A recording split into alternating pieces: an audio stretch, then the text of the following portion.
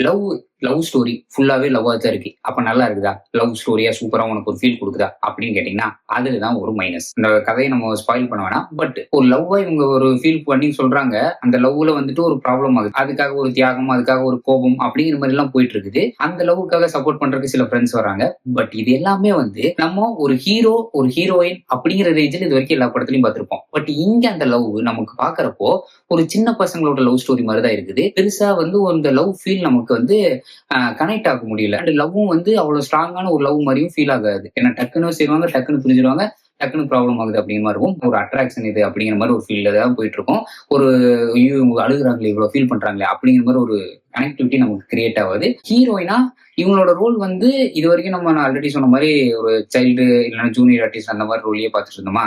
டக்குன்னு ஒரு ஹீரோயின் இவங்களுக்கு வந்து கல்யாணம் ஆக போகுது. இவங்க வந்து ஒரு லவ் இந்த மாரி எல்லாம் நம்மளால டக்குன்னு அக்செப்ட் பண்ணிக்க முடியல. பட் ஓகே அவங்களுக்கு குடுத்த ரோல அவங்க ப்ராப்பரா பண்ணியிருக்காங்க.